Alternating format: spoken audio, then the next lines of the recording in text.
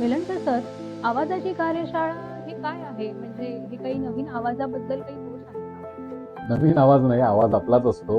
परंतु कसं असतं, की आपला आवाज योग्य पद्धतीने कसा वापरायचा हे आपल्याला ठाऊक नसतं.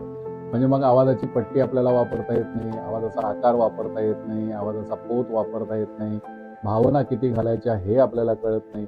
त्यामुळे होतं काय, की आपण वेगवेगळ्या पट्ट्या वापरल्या किंवा वेगवेगळ्या भावना वापरल्या आणि त्या जर चुकीच्या असतील, तर आपल्याविषयी गैरसमज होतो किंवा आपलं काम जे व्हायला हवंय ते होण्याच्या ऐवजी होणार नाही अशी परिस्थिती निर्माण होते. लोकांच्या मनामध्ये समजूत निर्माण होते. तर असं होऊ नये याच्यासाठी आवाजाचं म्हणून एक शास्त्र आहे आणि ते गुरुमुखी शास्त्र आहे. म्हणजे गुरुच्या समोर बसायचं आणि शिकायचं, की ते आपण चुका करायच्या, गुरुनी दुरुस्त करायच्या, पुन्हा काहीतरी नवीन शिकवायचं, अशा पद्धतीनेच ते होऊ शकतं आणि म्हणून मी ते शास्त्र माझ्या समोर विद्यार्थ्यांना बसवून शिकवतो. तर अजून एक विचारायचं होतं, हं. की समजा मी पब्लिक स्पीकिंगची पुस्तकं वाचून किंवा रेकॉर्डेड व्हिडिओ बघून मला भाषण कलेमध्ये किंवा वक्तृत्व कलेमध्ये नैपुण्य मिळवता येईल का? नाही, खरं सांगायचं तर असं होऊ शकत नाही. याचं कारण असं आहे, की ही कला स्वाभाविकपणे, सहजपणे येणं अपेक्षित आहे. पाठांतर करून येण्यासारखं नाही. त्या पुस्तकातली काही पोपट म्हणजे मी अनेक पुस्तकं अशी पाहिलेली आहेत, की सभेत कसे बोलावे, भाषण कसे करावे, म्हणजे आपला बॉस असेल, तो रिटायर्ड होत असेल, तर त्याच्या फंक्शनला आपण भाषण कसं करावं, हे सगळे प्रोफार्मा दिलेले आहेत.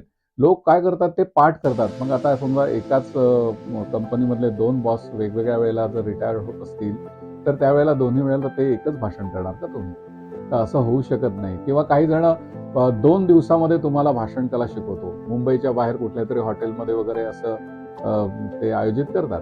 2 दिवसामध्ये एवढं मोठा घास तुम्ही घेऊन तुम्ही चांगले वक्ते होऊ शकत नाही.